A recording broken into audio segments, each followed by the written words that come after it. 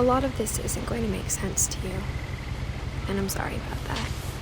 I'm just going to start at the beginning, with the house.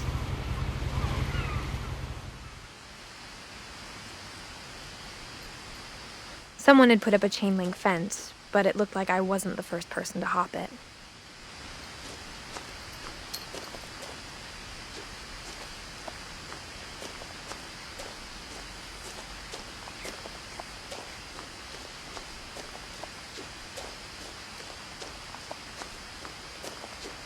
I lived here until I was 11, but I wasn't allowed inside half the rooms.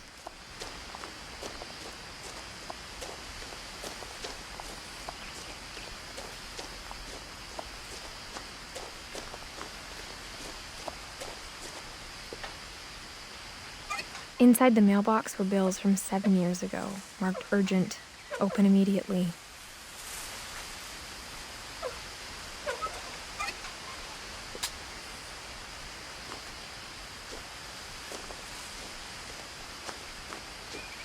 I hadn't been back since my brother Lewis's funeral.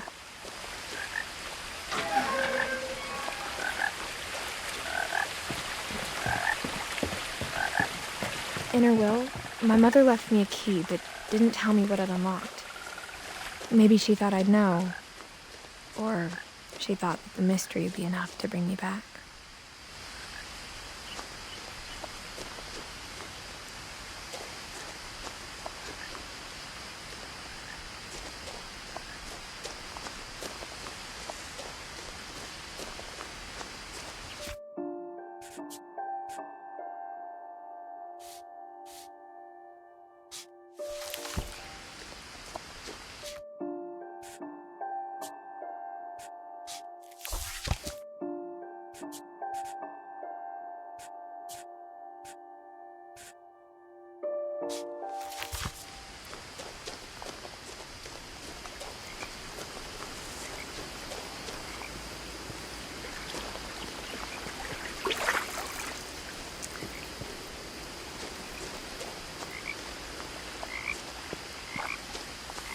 The truth is, even after I inherited the house, I never thought I'd come back to it. But now I had questions about my family that only the house knew the answers to. The woods around the house have always been uncomfortably silent, as if they're about to say something but never do.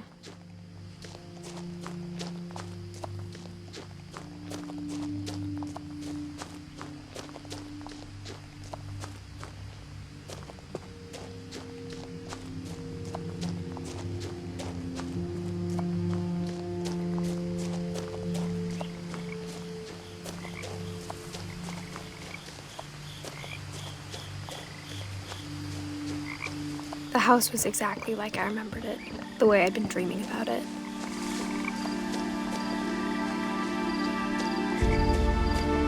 As a child, the house made me uncomfortable in a way I couldn't put into words.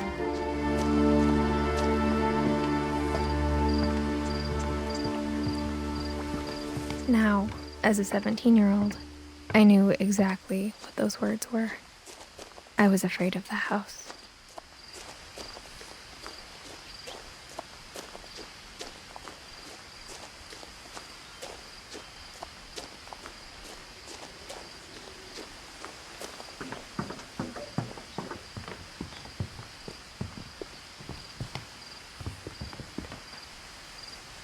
I hoped the key might unlock the front door. It didn't. Looking in, I felt like the house itself had been waiting for me.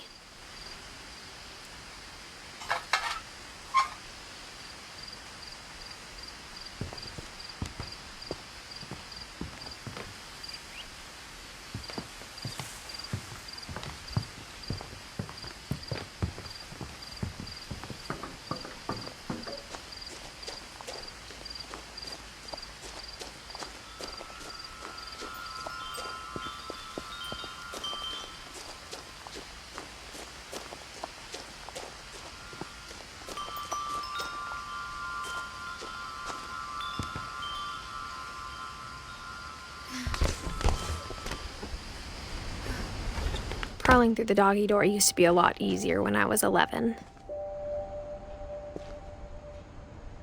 The power had been turned off the night we left.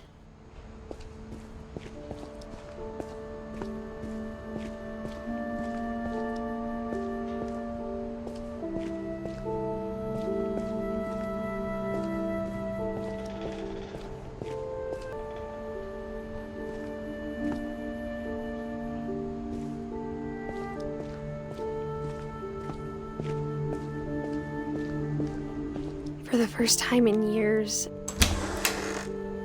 I felt like I was home.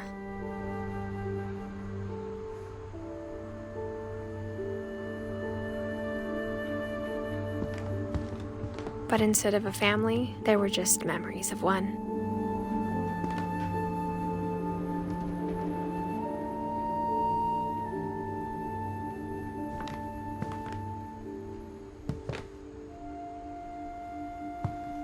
Like how after Louis started working at the cannery, we all got sick of eating salmon. Except our cat, Molly.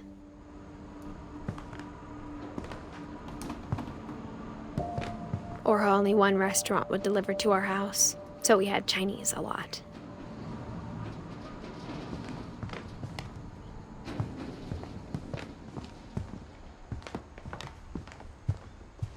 The table was still a wreck from the night we left. It was like a bomb had gone off, killing everyone but sparing the furniture.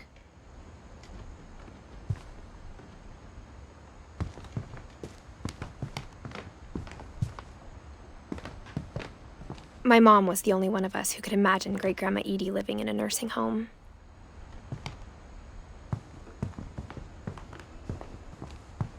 Nothing in the house looked abnormal.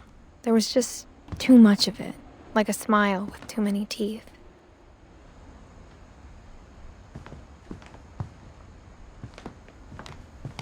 Even the fireplace had a story. Edie told me the bricks came from the original house, after it sank.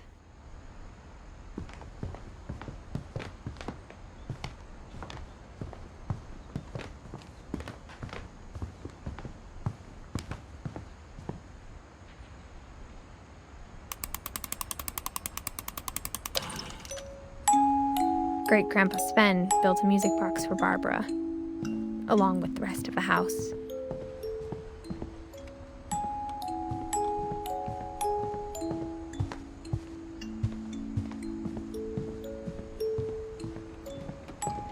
My mom wasn't much of an optimist, but she never stopped believing that my brother Milton was alive.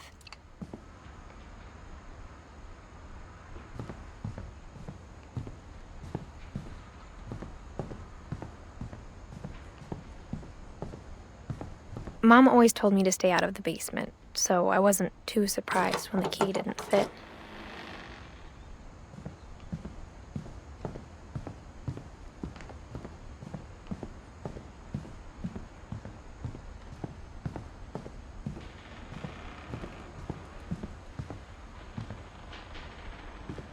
After Milton disappeared, Mom sealed up all the bedrooms. Then Edie retaliated and drilled peepholes. I spent a lot of time playing in Great Uncle Walter's room. I think my mom sometimes regretted not sealing it up. Louis told me there were secret passages, but I never believed him.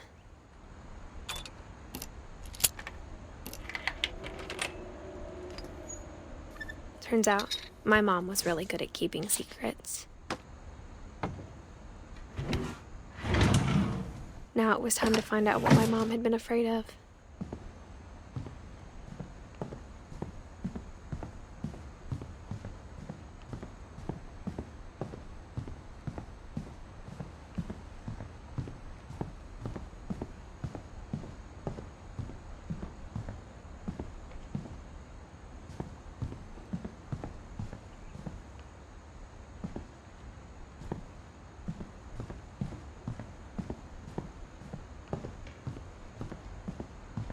Whenever people ask me about my family, the first thing they always want to know about is Barbara.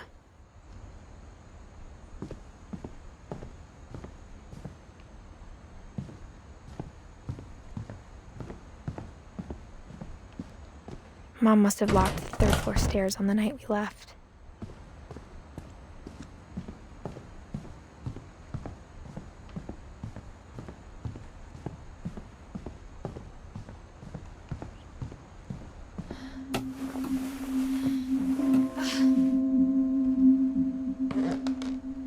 Reading this, maybe it sounds like I had a plan. From the paintings on the wall, it was clear my brother Milton had been here before me. But I had no idea what was behind that door. Just like I had no idea where all this was gonna lead. I grew up looking at Molly's room through the peephole. Molly's gerbil had a tiny bedroom with its own even tinier gerbil cage.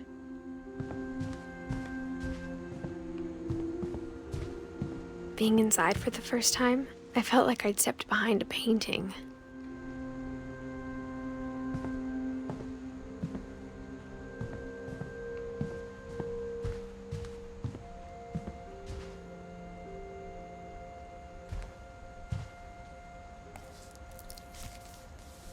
December 13th, 1947.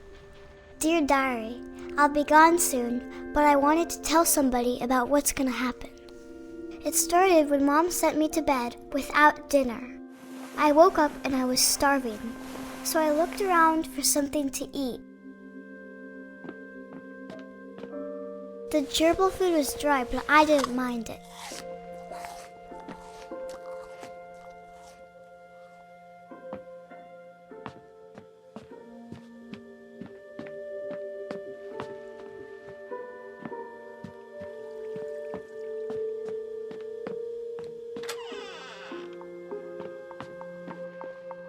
I kept eating and eating.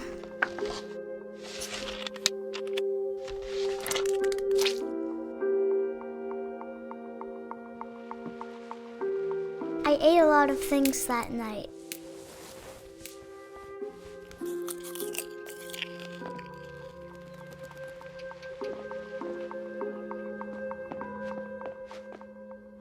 Then I heard chirping outside my window. It was a barn swallow going back to her nest. I reached out for her.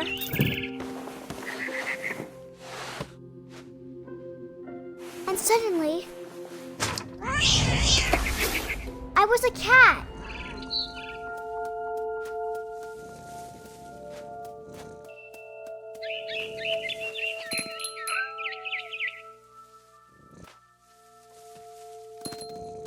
I tried to be quiet, but the bird was really scared.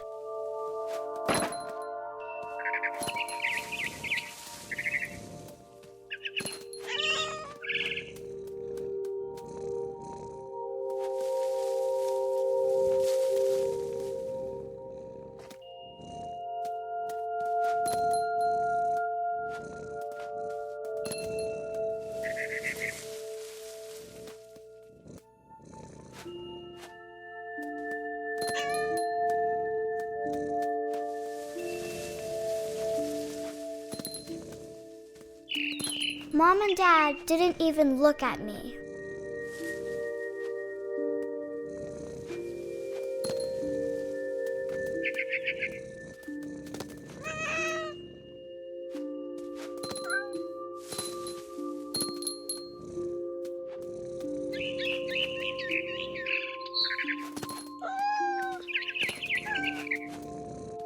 I jumped and I almost got her.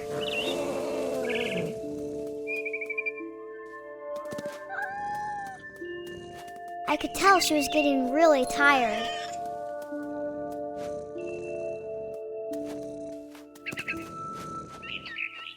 Now I was up in the big tree. I promised Dad I wouldn't climb it anymore. All I cared about was eating that mama bird. I gobbled her up. And suddenly, I was an owl. First, all I heard was the wind. Then I heard little teeth nibbling in the grass.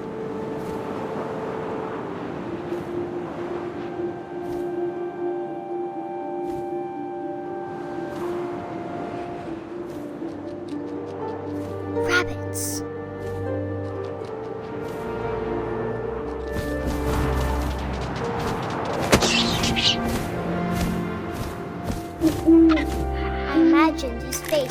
up and seen mine through my talons.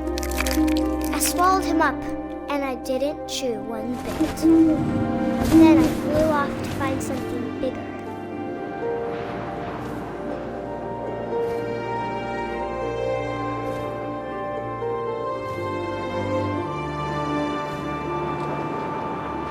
A mama rabbit.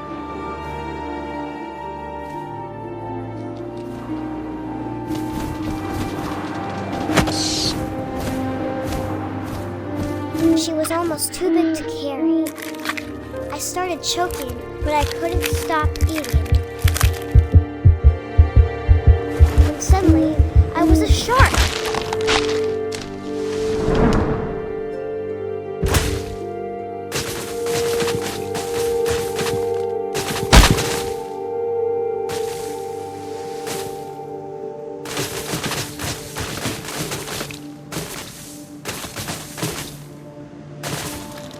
I rolled off a cliff and into the ocean. Now, I was hungrier than ever.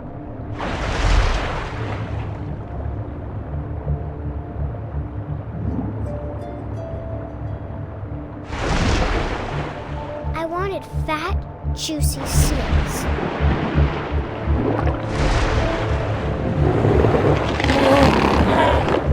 I tore off her flipper, and it tasted really good.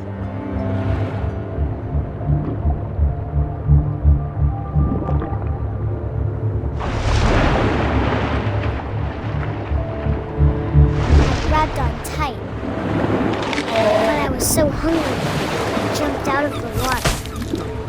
When I opened my eyes, everything had changed.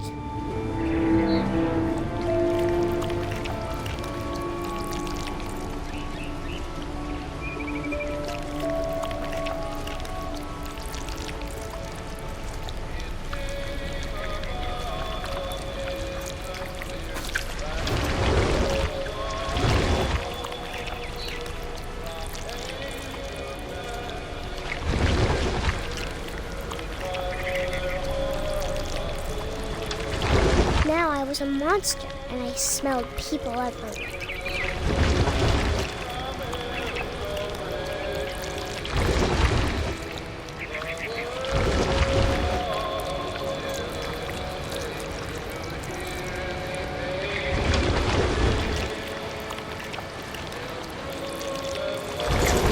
I was big, but I moved real quiet.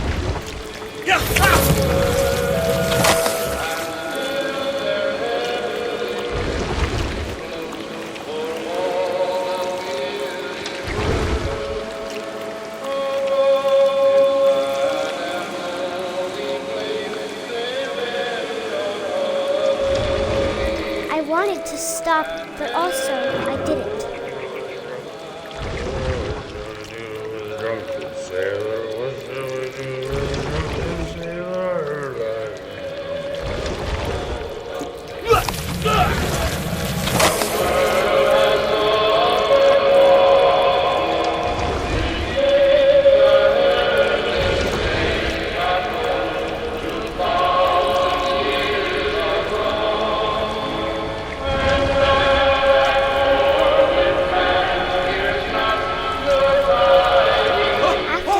Passenger, I was still hungry. And across the water, I smelled something new. Something I had to have, so I swam towards it.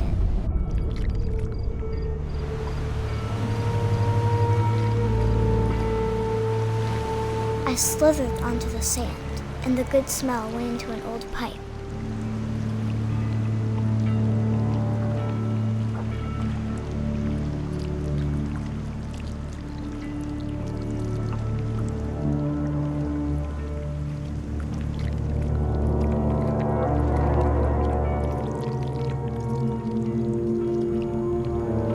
I got closer and closer.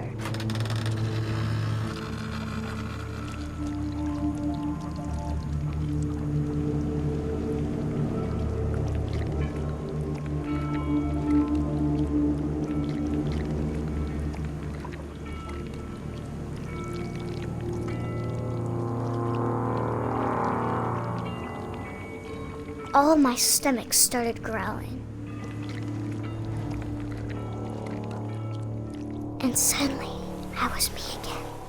I held my breath for a long time, but I couldn't hear anything. I think it's waiting for me to fall asleep. But it's not going to wait much longer. It needs to feed, and we both know I will be delicious.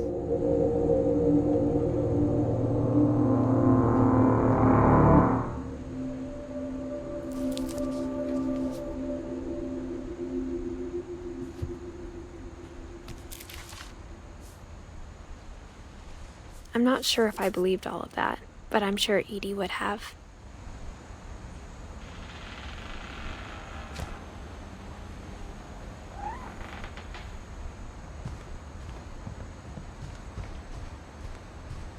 I can't describe it, but I felt like some part of Molly was still here.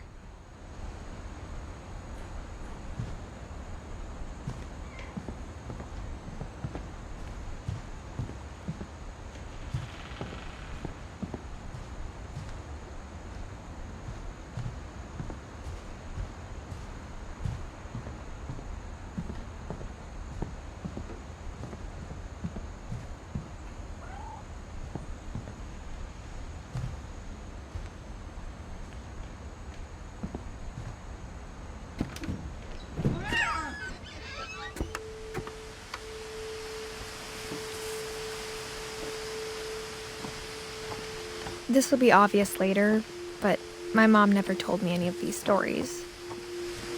Edie would have, but Mom didn't like bringing up the past. Though, when we adopted a stray kitten, she was the one who named it Molly. I spent a lot of time in Great-Grandma Edie's room. We got along, and it was a good place to hide from my mom.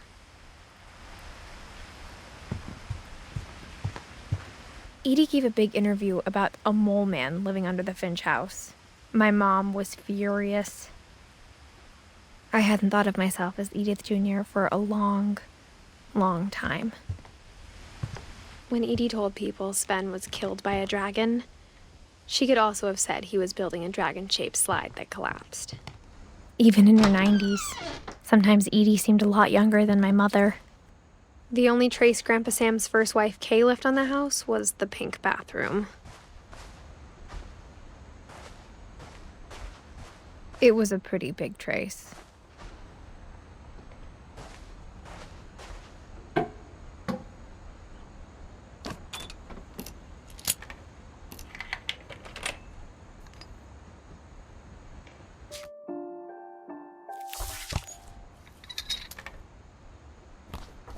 There's a secret in this bathroom. It's in the last place you would look. It isn't in the cupboard. It's hidden in this book.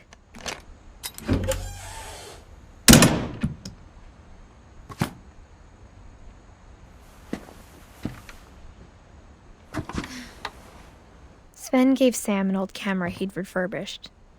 He never put it down.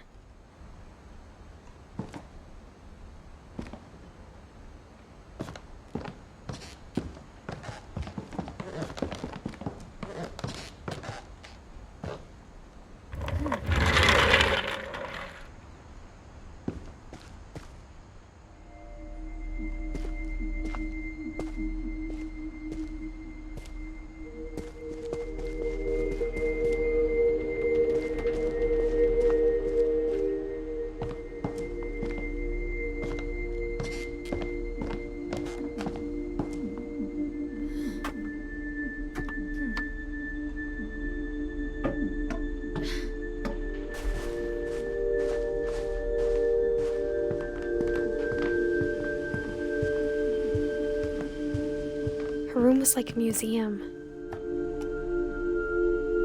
For 500 years, the Finches have been famous throughout Norway for their fortune. And Odin Finch buries the latest victims of the family curse, his wife Ingeborg. On January 7th, 1937, he set sail with his family and his house, hoping to leave. But 40-foot waves off the coast of Washington send the house and Odin to the bottom of the sea. Odin's daughter Edie, with husband Sven and baby Molly, step ashore on their new home, Orcas Island. Odin Finch is the first to be buried in the new family cemetery. His daughter Edie is already dreaming of a new Finch house.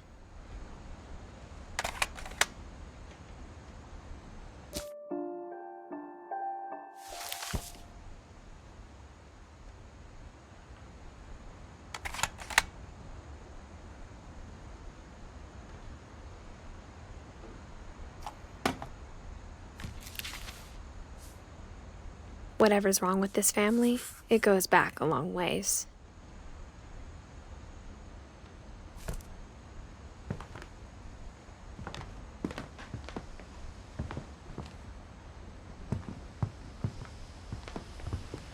Louis died a week before we left, but Edie had already started to memorialize him. Edie knit me a new pair of gloves every year, just in time to replace the old ones.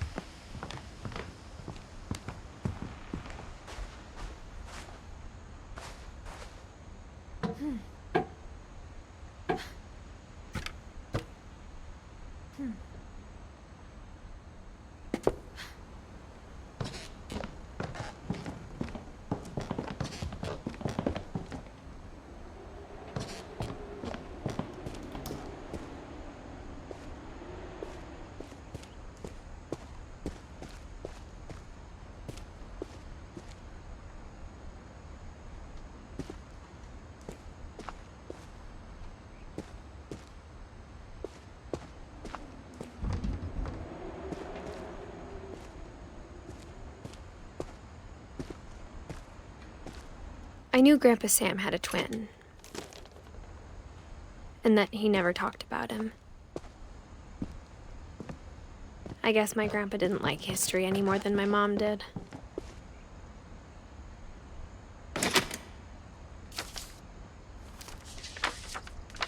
How I Want to Remember My Brother by Sam Finch. The thing I remember is that when he made up his mind, that was it.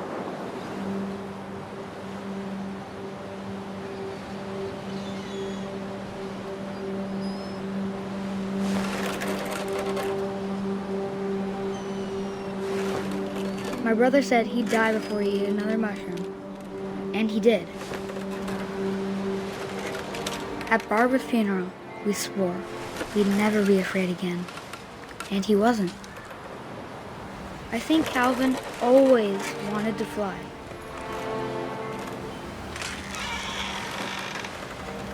Sam! Calvin!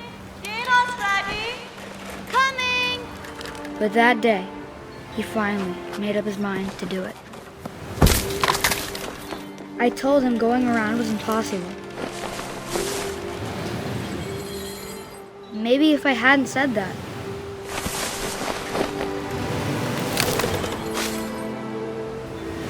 Calvin! I'm not gonna tell you again!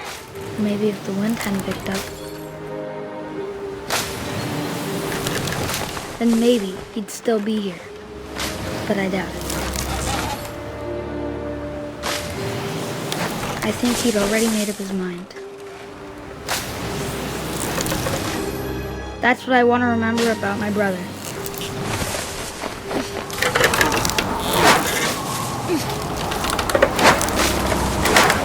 The day he made up his mind to fly. And he did.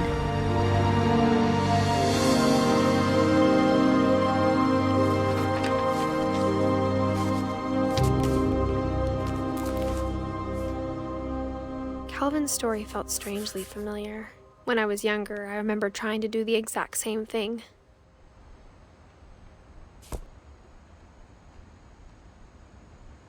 After the funeral, Edie roped off Calvin's half of the room.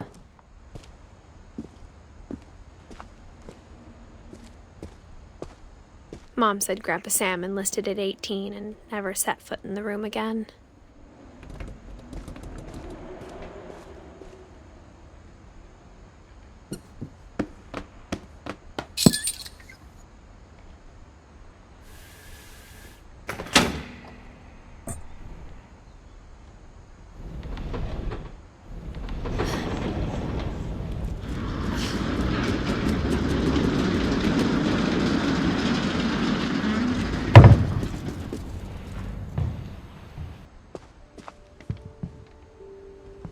passages were a pretty tight fit.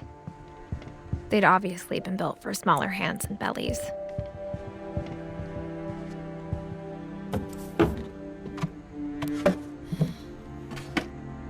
Growing up, I always thought of Barbara as a child star.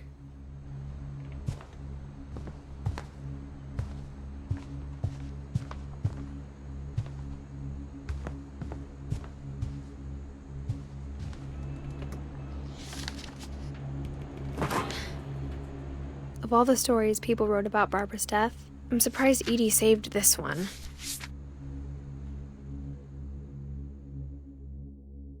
Old Jack here with another ghastly tale inspired by America's most unfortunate family.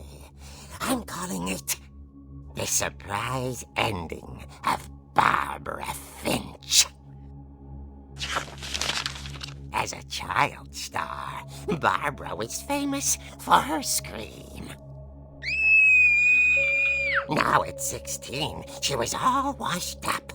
A has-been.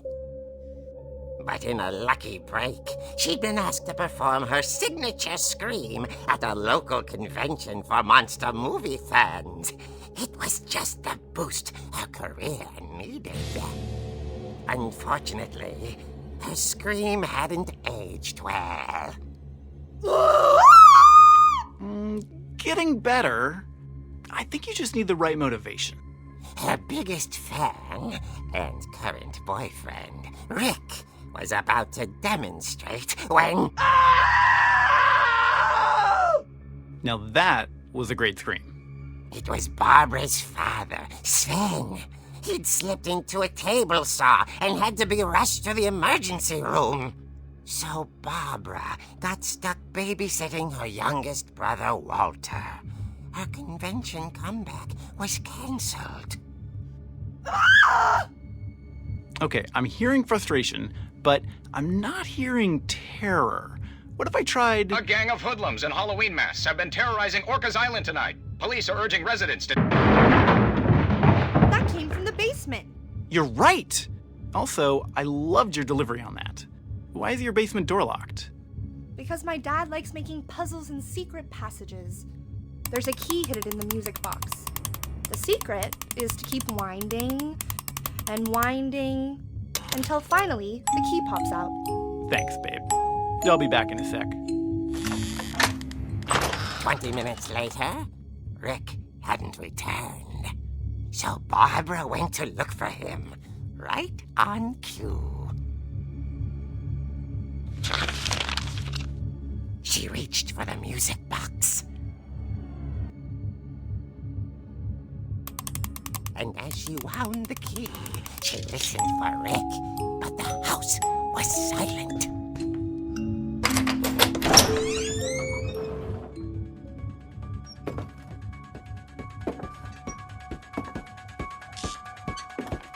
She found Rick's crutch and imagined the worst.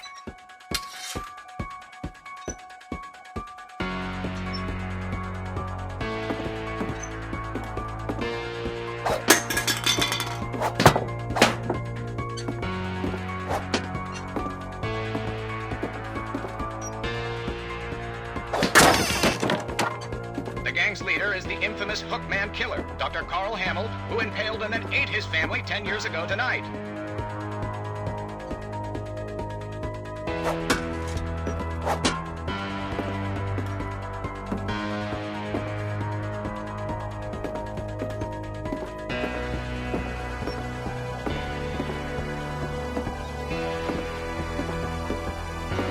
The old fridge rattled and grew still.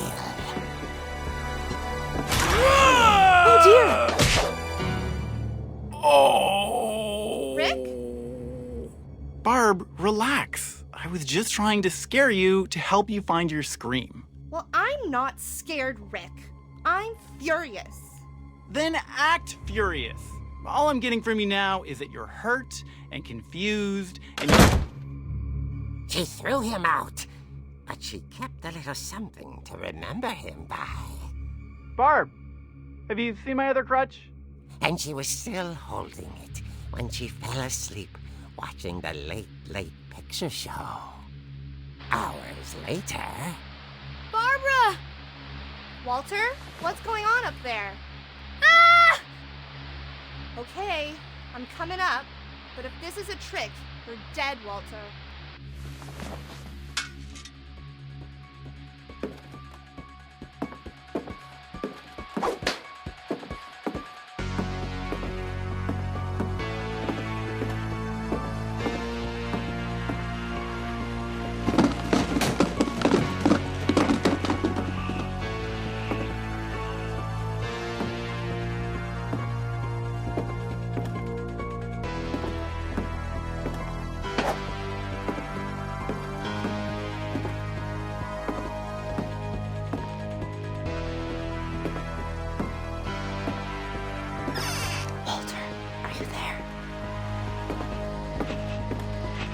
Walter had vanished, but his bedside radio was still on.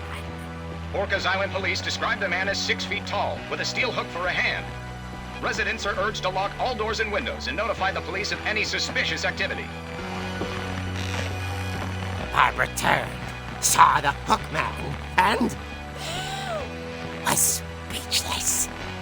He was quite smashing.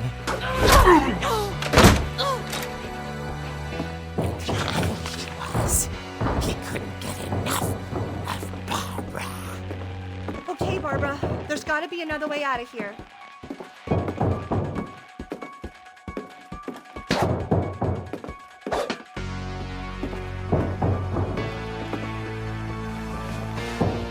That night, she played her part beautifully.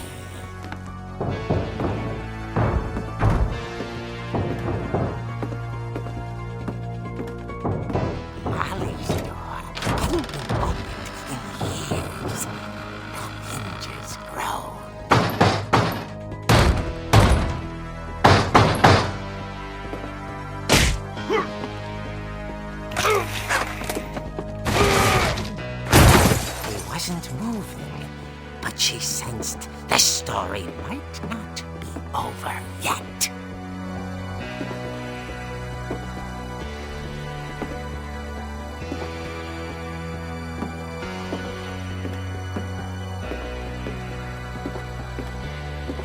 The hookman had vanished. She listened for his breathing, but all she heard was...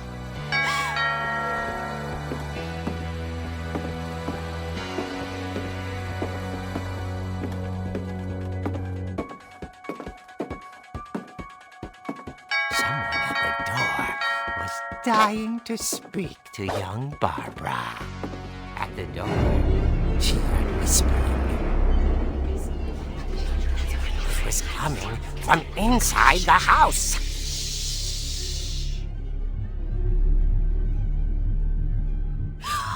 Oh dear.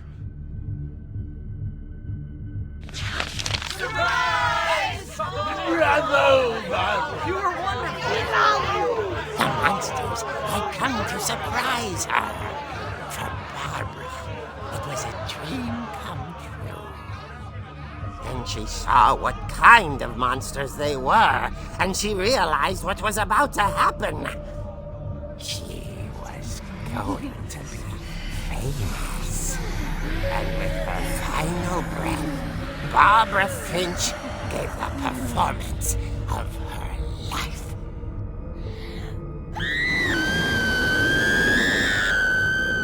I wasn't there myself, but I hear Barbara was magnificent. Poor girl. She had a taste for stardom. But unfortunately, so did her fans.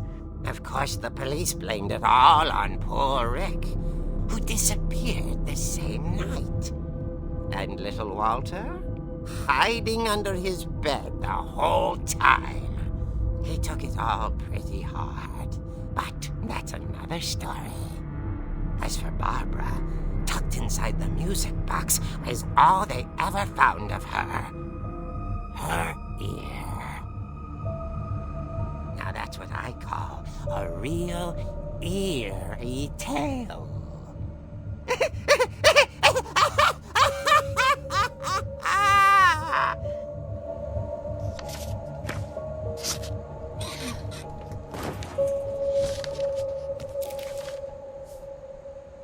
Edie told me all Barbara wanted was to be remembered, as absurd as that comic was. Maybe what Edie saw was a happy ending.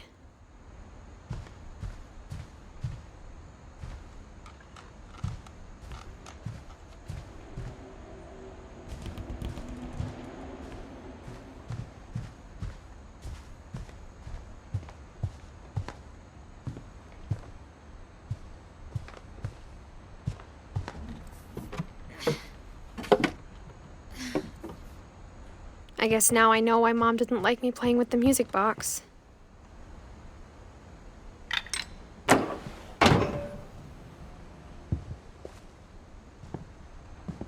Edie's father, Odin, built the original house.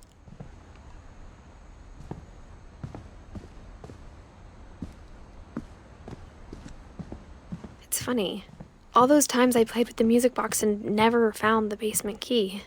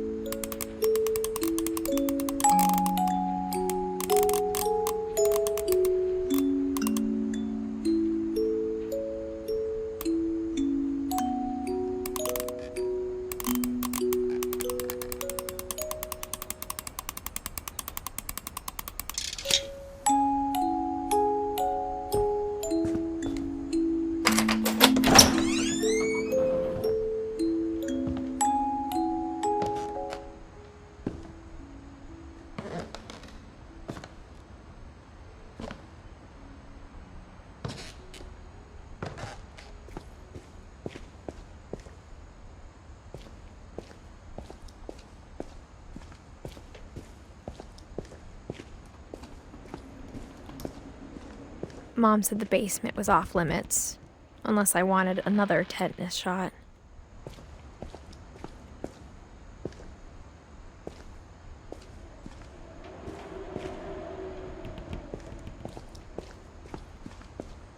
I saw Edie sneak down to the basement once, carrying packages.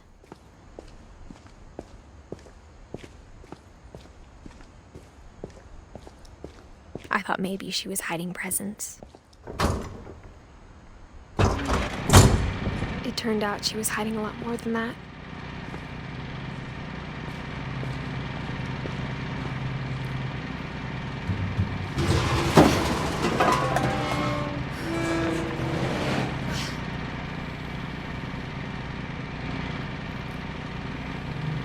I remember asking Mom once about where Walter had gone. She said after Barbara died, he got as far away as he could. If there's a pattern in all these stories, I think it's that none of us has gotten very far.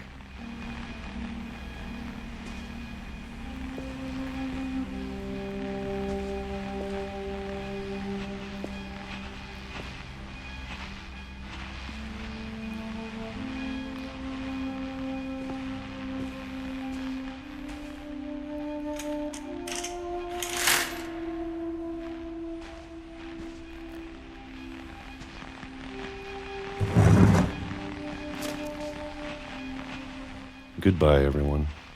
I can't believe I've been down here for 30 years. On that first day, after the shaking started, I didn't think I'd survive a week.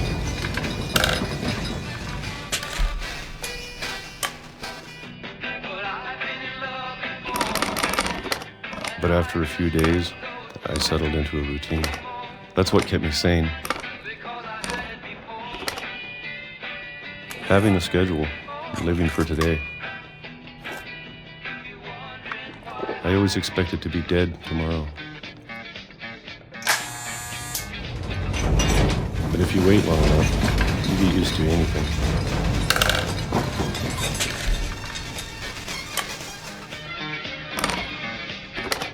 Even a monster on the other side of the door starts to feel normal. Almost friendly.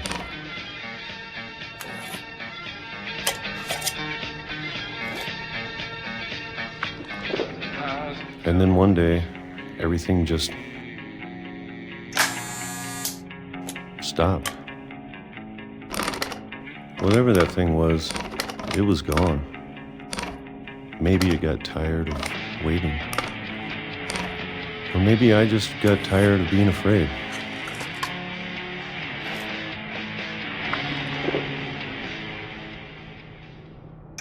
It's been a week now, the longest in 30 years. I'm done waiting. I have to leave while I still can.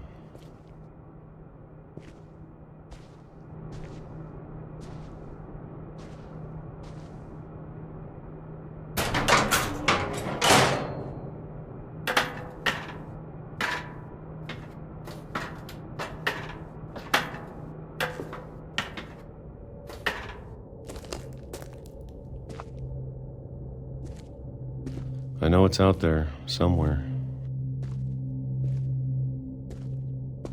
Whatever killed Barbara and Molly and Calvin.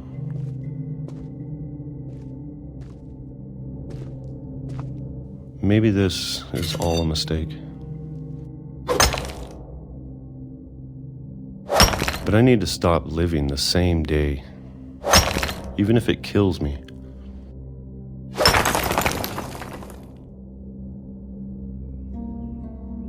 Whatever's out there, I want you to know I'm ready for it. I'm going to appreciate all of it, especially the food. I don't mind if I only have a year left. Or a month. Or a single week. I'd be happy with one new day. I can already imagine the sun on my face.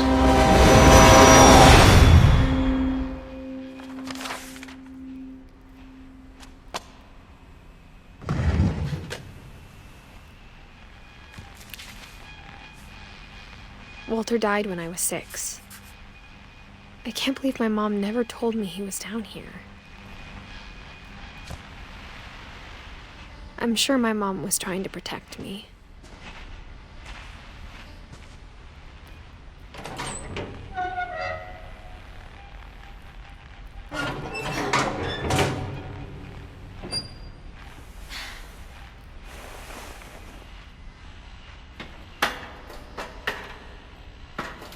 Maybe she was afraid I'd end up like Walter. But if she never told me about an uncle under the house, I can only imagine what else she was hiding. I don't want to make the same mistakes she made.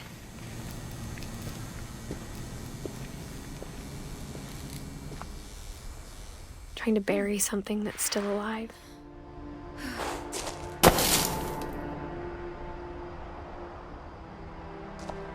Now that there's only one of us left, or maybe 2, I thought it was time I heard the stories for myself and found out what happened to everyone else. But now I'm worried the stories themselves might be the problem. Maybe we believed so much in a family curse, we made it real.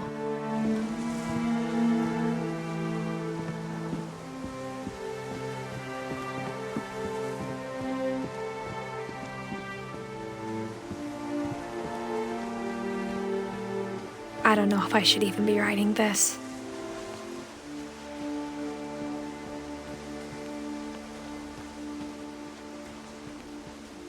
Maybe it'd be better if all this just died with me.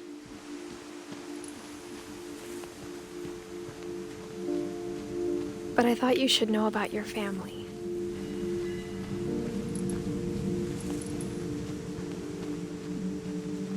And the history you're a part of.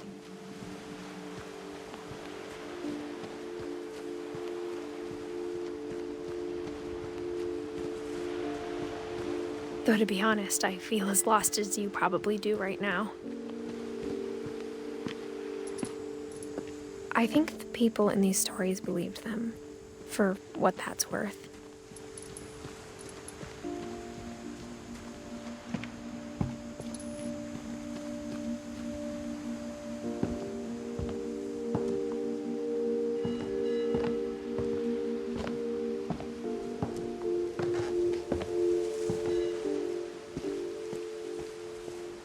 And when you look at the house, that history of imagination and stubbornness and madness, any of it seems possible.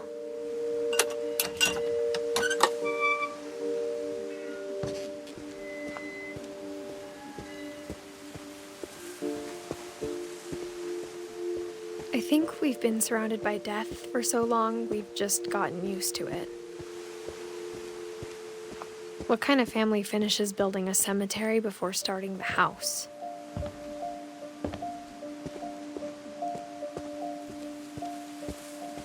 It's embarrassing for me to admit this, but the pet cemetery made me more uncomfortable than the human one. 3 of the gerbils were mine, and 2 had been my fault. Sven built the house, but it was Edie who designed the cemetery.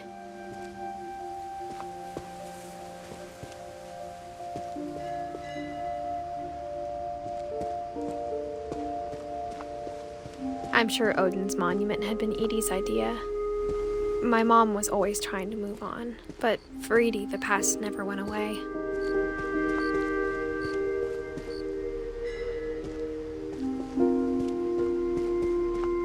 She could see it poking out of the water at low tide.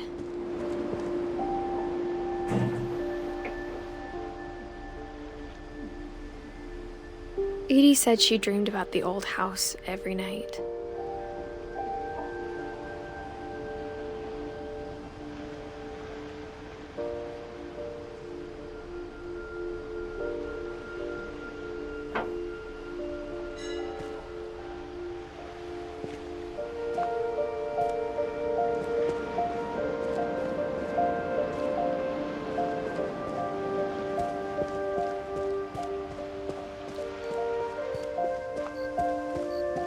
Edie's side was always easier for me to understand. But the older I get, the more I can see where my mom was coming from. Her dad had been pretty strict, but it wasn't enough to save her brothers. She was just trying to do better. She lost 2 of her brothers, just like I did. I get why she tried so hard to protect us. There's so many things I wish I could ask my mom now. Part of me thinks this is what she wanted all along. For me to come back someday and find everything out for myself.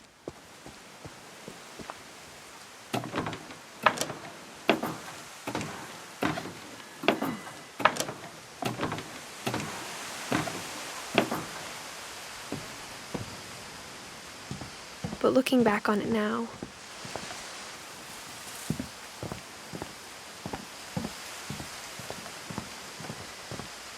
if she told me there was going to be so much climbing, I never would have come when I was 22 weeks pregnant.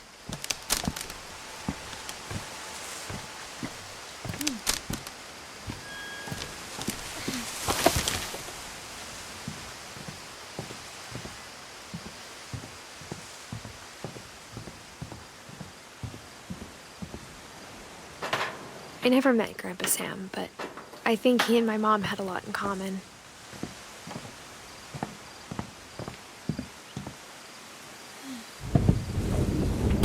They were both pretty intense.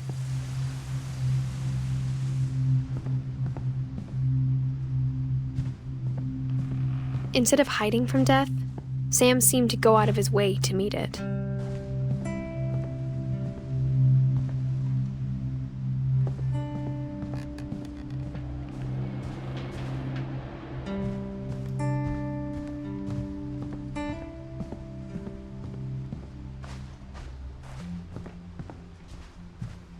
Sam spent his life shooting photos, but Mom said he got nervous being in front of the camera. I guess we're all afraid of something.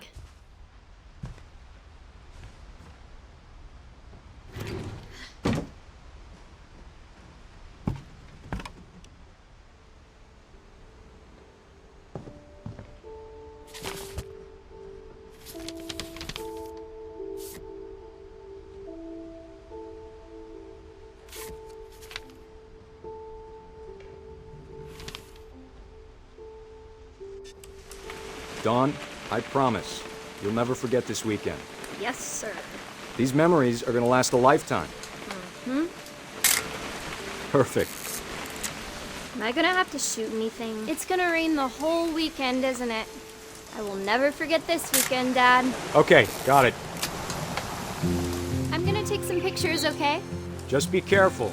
The camera's older than you are.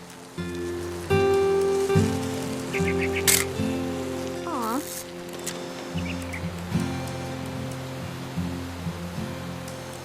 You're right, Dad. It's starting to clear up. Still freezing, though.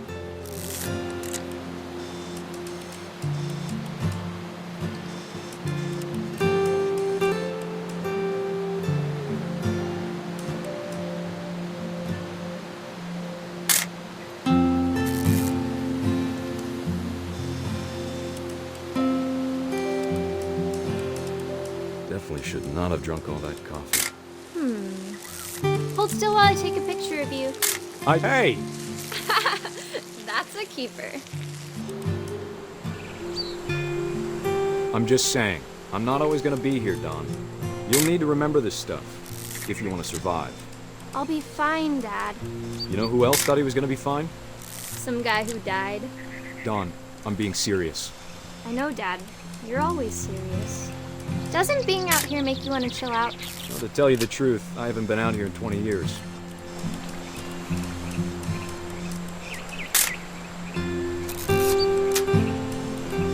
Dad! Good eyes, Dawn. Before you take the shot, let me get a picture of you. Dad, I... Let me get behind you. Do I have to do this? Dawn, you don't have to do anything. But if you want to survive... Great shot, Dawn!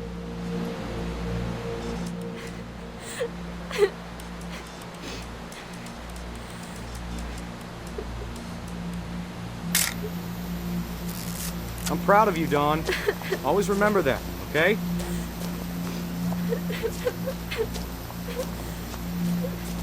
Dad, it's twitching. I think That's it's totally some- normal, Dawn. Just focus on the camera. Try not to think about... Dad!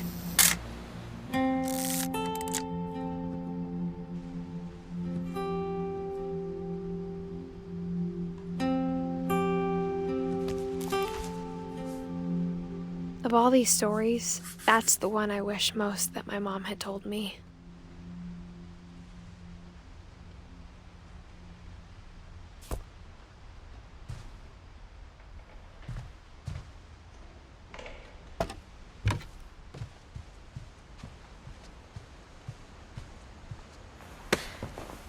After Sam died, my mom and Edie got really close. They'd both lost a lot.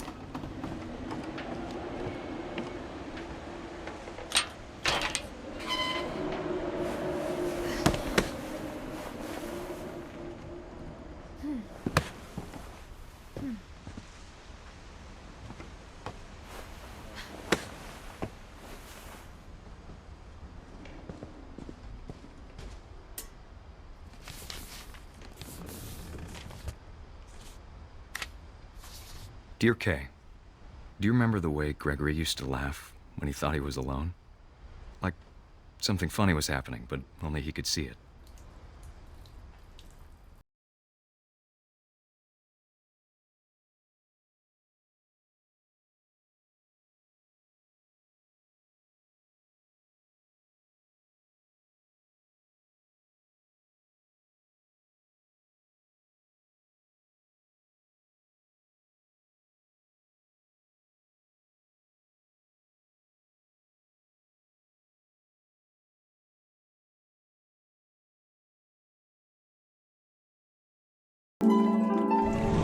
over, Gregory. It's time to... Hold on, sweetie. Hello?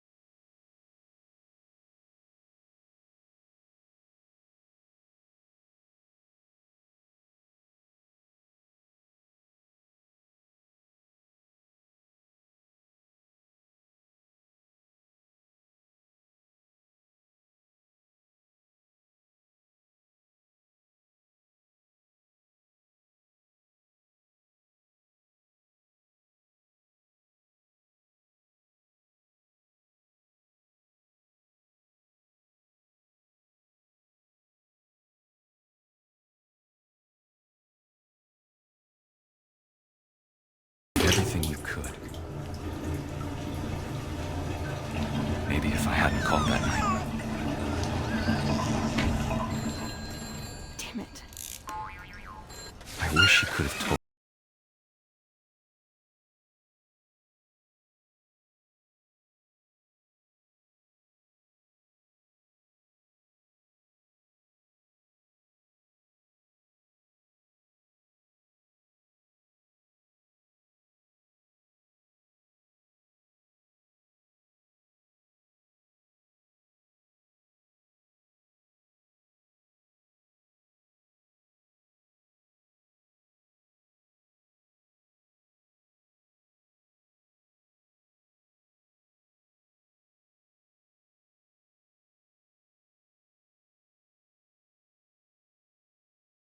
He's happy. Like he'd want you to be happy too. Good luck, Kay. Love, Sam.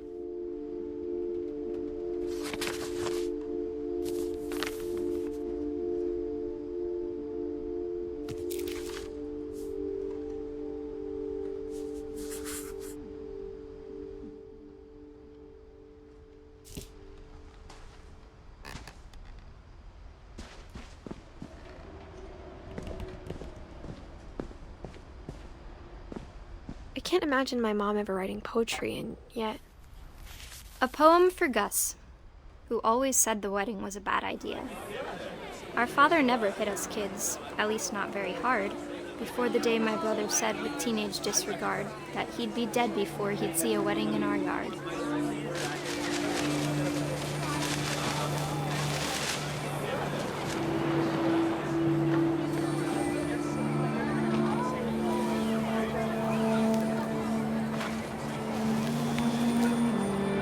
Father made him come, of course, but Gus stood far apart, just flew his kite and bottled up the storm inside his heart.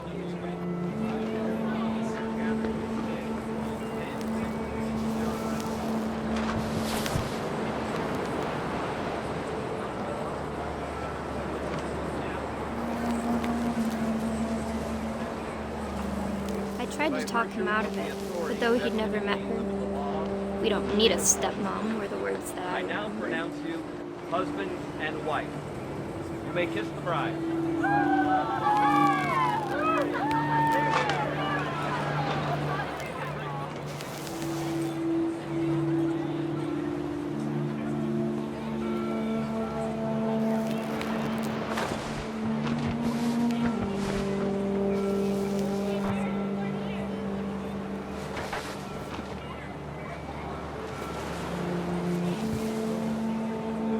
When the time for photos came, Dad ordered him to come here. But Gus declined, and as a sign held up his middle finger.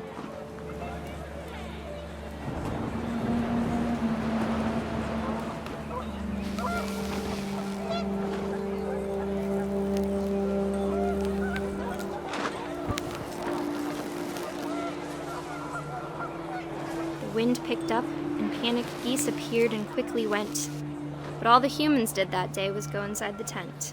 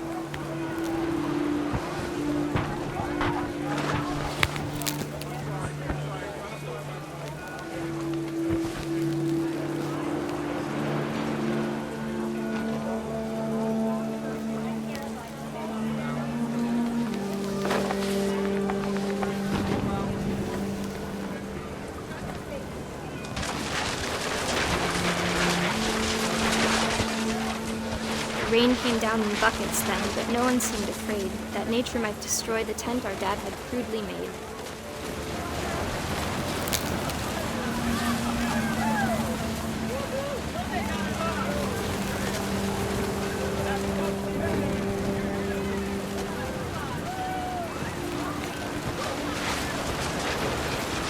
The thunder sounded much too close and full of angry power. But all my father said to this was, "Make the music louder."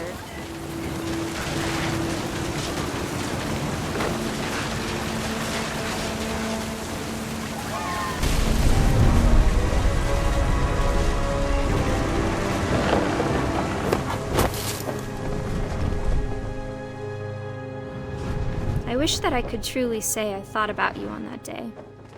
Out there on the beach alone, just you, the wind, the sea, and foam. But I didn't, until we found you.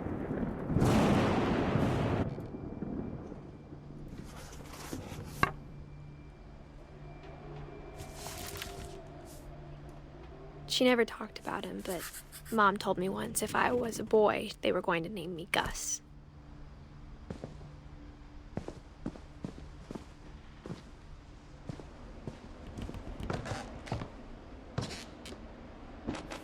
My mom moved up to the loft after her brothers died. At the time, it was as far away as she could get.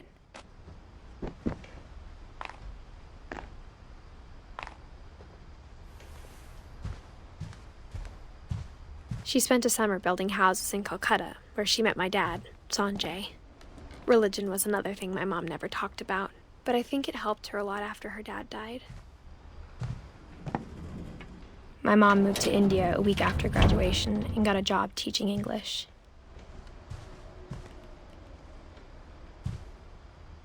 Louis was born a year later.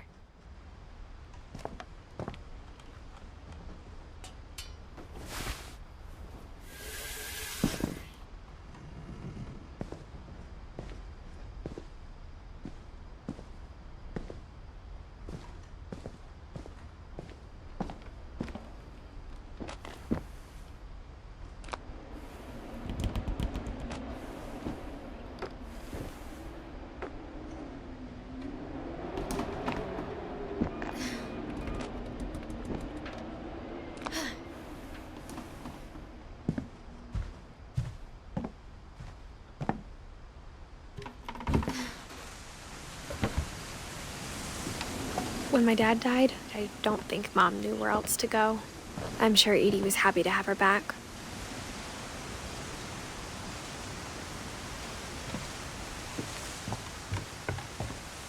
The house had to get a little bigger, but Edie was used to that.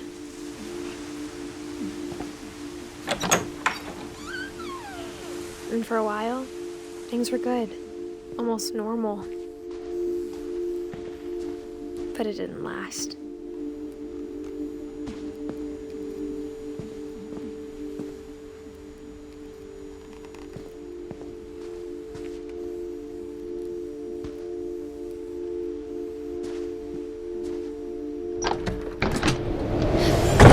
The beginning of the end was Milton's 10th birthday, when Edie gave him a castle.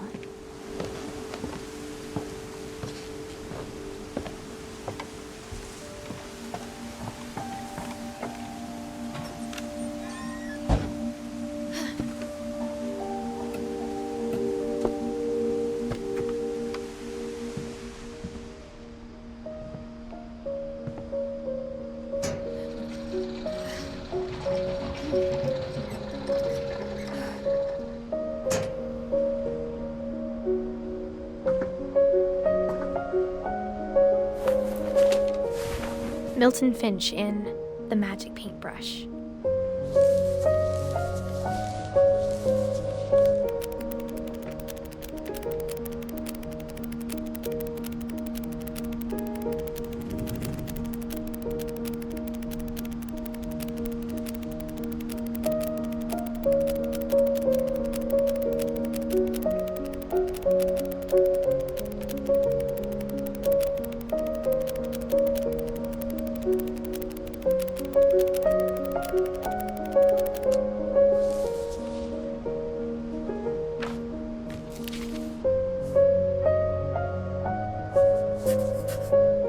I was 4 when Milton disappeared.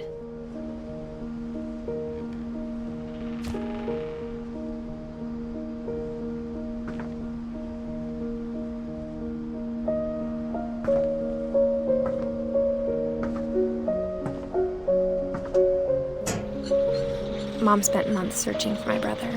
Then she sealed the doors.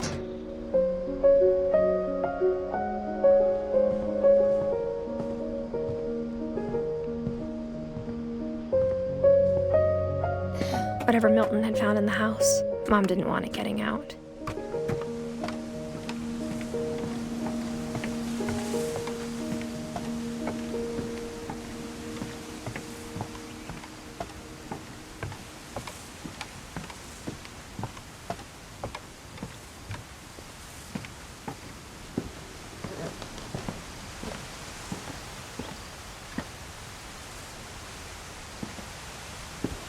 Mom definitely blamed Edie, but I think Louis blamed himself. After he graduated, he just spent more and more time in his room, until Mom got him a job at the cannery.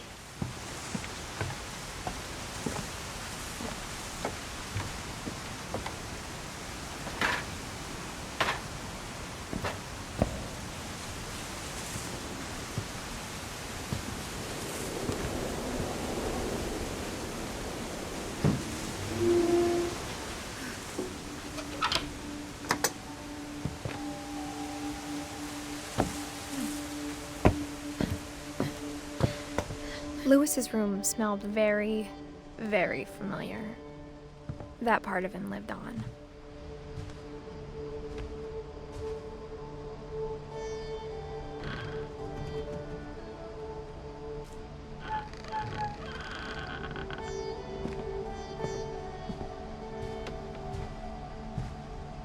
Louis and I spent a lot of time playing games together, but he was surprisingly bad at them.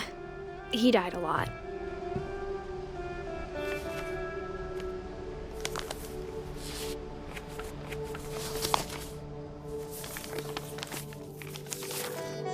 Dear Mrs. Finch, as Louis's psychiatrist, I can understand your desire for an explanation. As I see it, the trouble began in January, shortly after we convinced your son to seek treatment for substance abuse. Newly sober, I believe Louis first noticed the monotony of his daily life.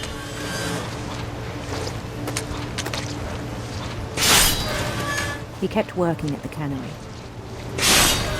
but he withdrew part of himself. In our sessions, I saw the same behavior. His mind began to wander.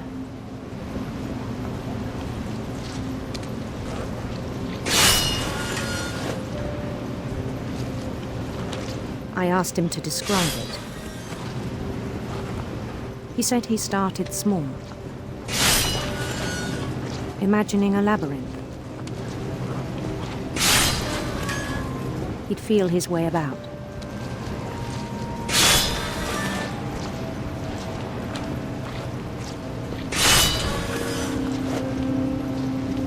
Then something moved. Bats. And toads.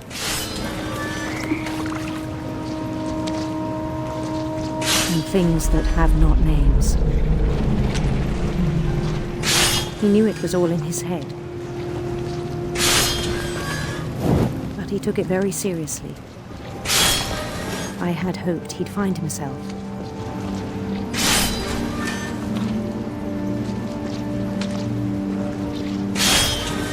But he found something more. I worried about him then. Daydreaming at the cannery.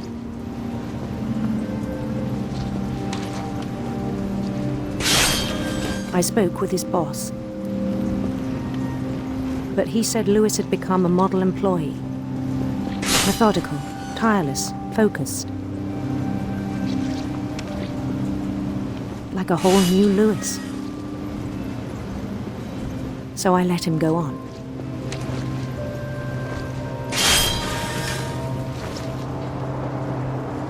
I even encouraged him. It seemed very promising at first.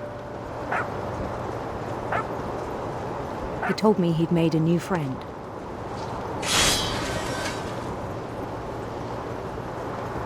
On the edge of a city he named Lewis Topia. He built the city up slowly, brick by brick. Then he made musicians.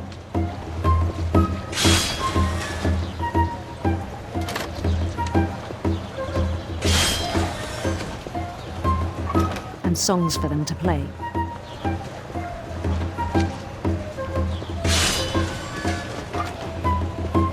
He talked about starting a band. He was always humming something. Every day his imagination grew stronger.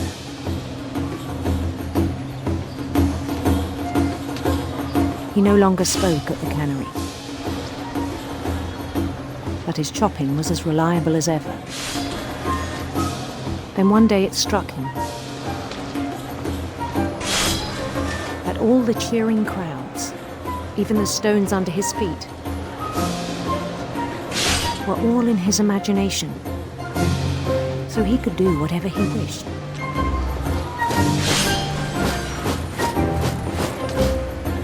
He held an election for mayor, and he won. They begged him to stay, but his mind was already wandering. It became a game for him.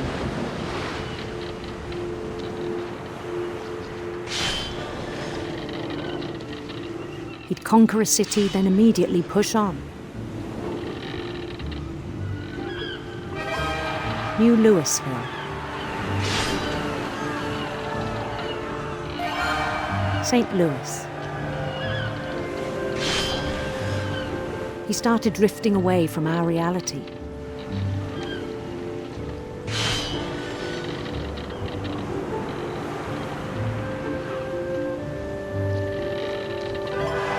Minneapolis, until one day he forgot to go home from the cannery. Even as his mother pleaded with him, part of Lewis kept sailing on.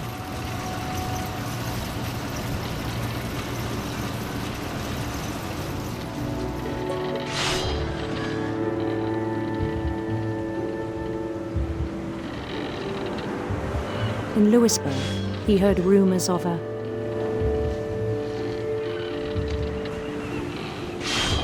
handsome queen.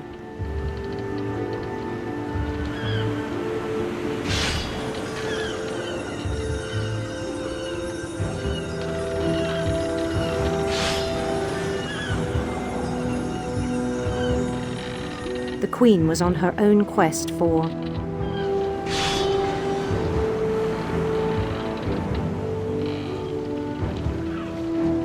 radiant rainbows.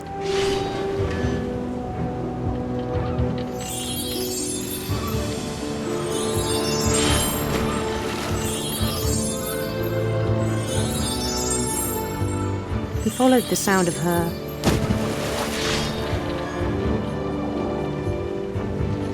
silver harp.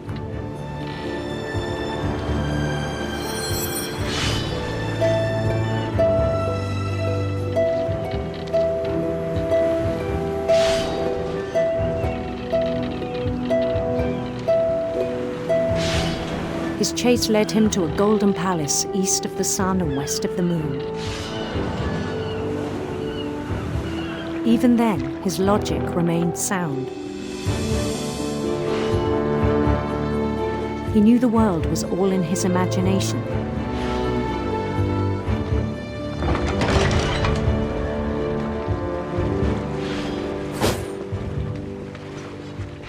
But he was so proud of having created it.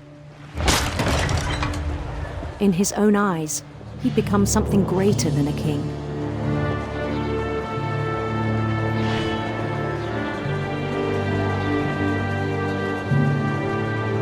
For someone who'd never known success in the real world, I think it was overwhelming. And then it struck him that the real Lewis was not the one chopping salmon, but the one climbing the steps of a golden palace.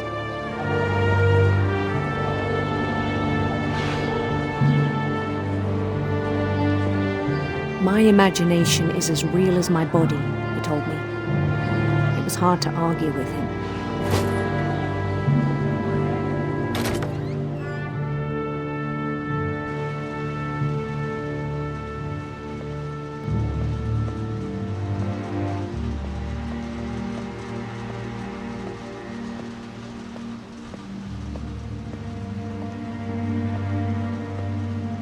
He began to forget the world we know.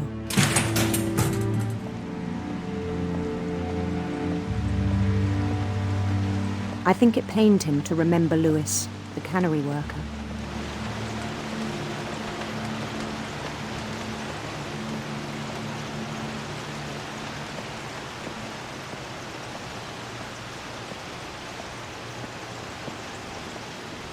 He began to despise the man with a royal contempt.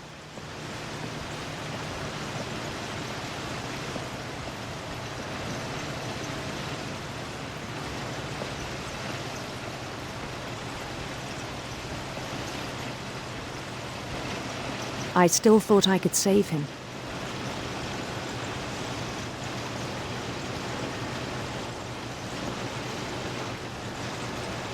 Even after he said he was being crowned king over all the lands of wonder. The palace would be packed with his companions.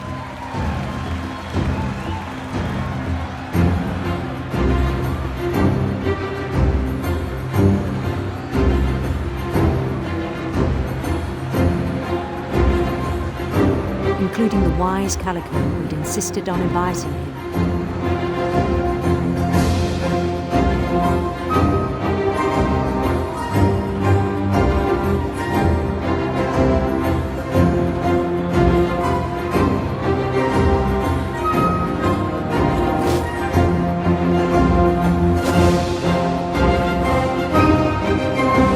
His queen waited, holding his crown.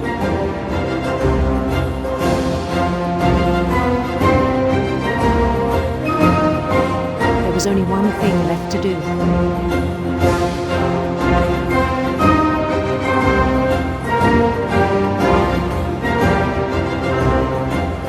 Bend down his head.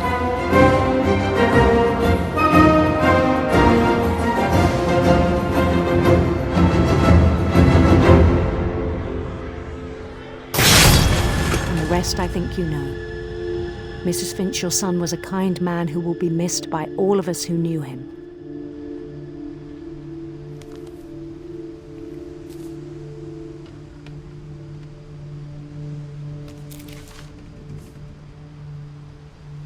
My brother was really cool. I wish you could have met him.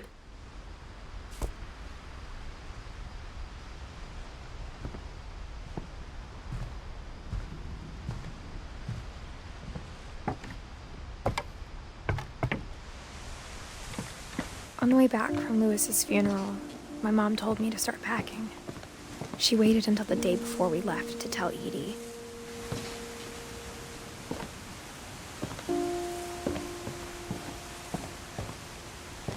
I'm not sure if she wanted to make it easier or harder.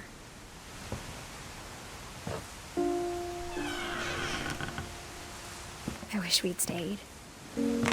But I understand why we left.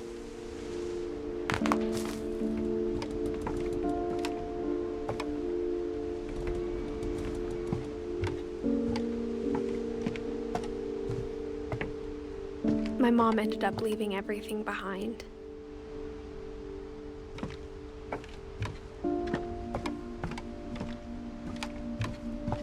What happened that night had been coming for a long time. Maybe it should have come sooner.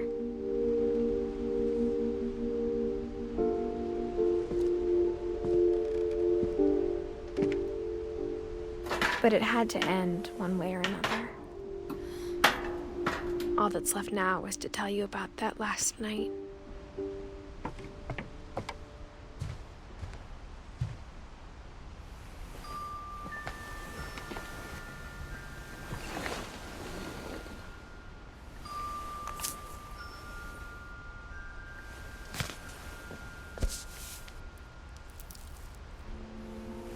That whole last day, Edie just watched us pack and didn't say a word. Until supper, when she raised her glass and said, "To our final night together, and all our final nights apart." Grandma, you know what I said about alcohol. Some of your medications are very Edith, specific. I left a present for you in the hallway. Why don't you go open it? The grown-ups have to argue now. I'm sorry, you're right. We're all leaving tomorrow. Let's just enjoy our last... I'm not leaving. Edith, you're excused.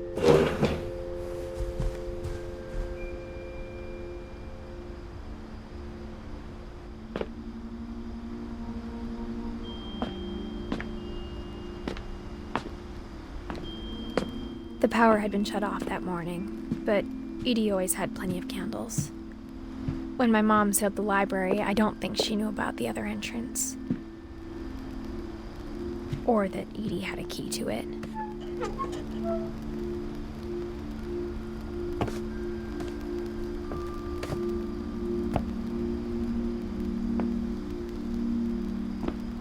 That thing you're afraid of isn't going to end when you leave the house. Edith has a right to know these stories. My children are dead because of your stories. I think it's best if Edith and I leave tonight. We'll have the nursing home send a van for you in the morning, okay?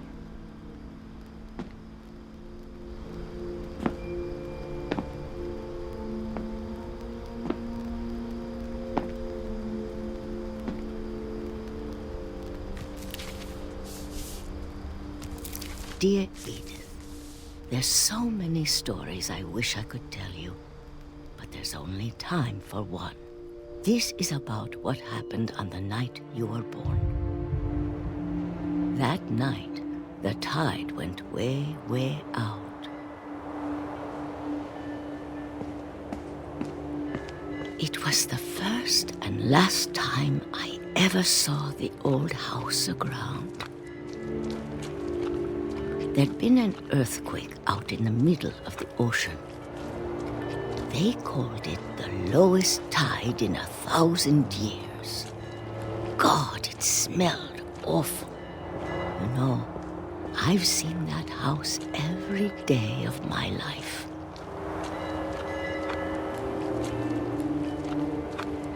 But I never thought I'd go back to it. When the fog rolled in, I lost my way.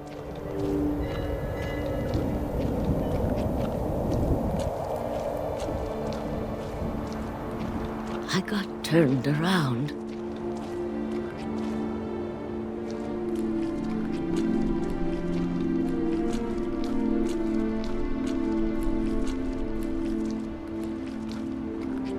For a while, I wondered.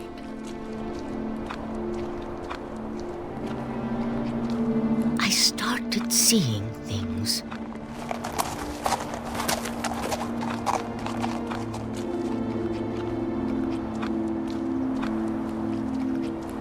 Things I'd forgotten had ever existed.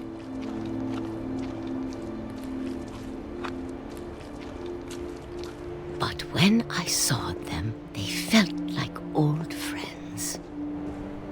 That night, a lot of things came back to me. Or maybe I came back to them.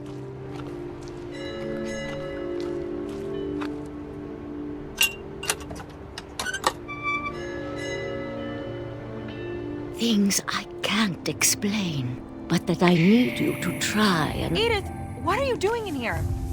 It's mine. Edith! Mom, you're gonna rip it! Let go! I kicked and screamed, but Mom dragged me to the car.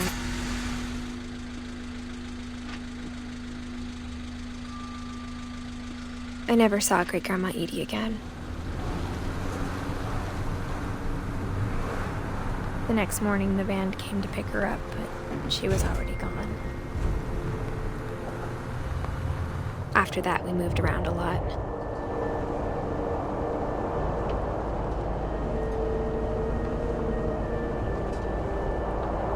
We both tried to make the best of it.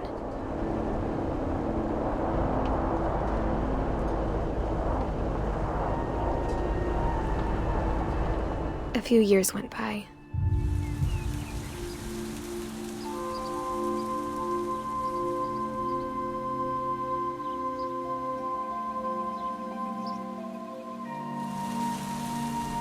My mom didn't like to talk about it, but she started getting sick a lot. The rest happened pretty quickly.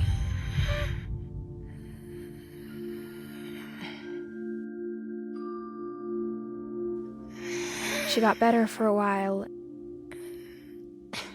and then she didn't. And then I was alone. The last Finch left alive.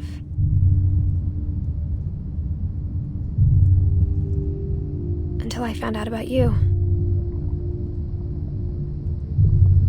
I'm still not sure what to tell you about all this. If we lived forever, maybe we'd have time to understand things. But as it is, I think the best we can do is try to open our eyes. And appreciate how strange and brief all of this is. This journal was supposed to be for you. But now I hope you'll never see it. I just want to meet you and tell you all these stories myself. But I guess if you're reading this now, things didn't work out that way.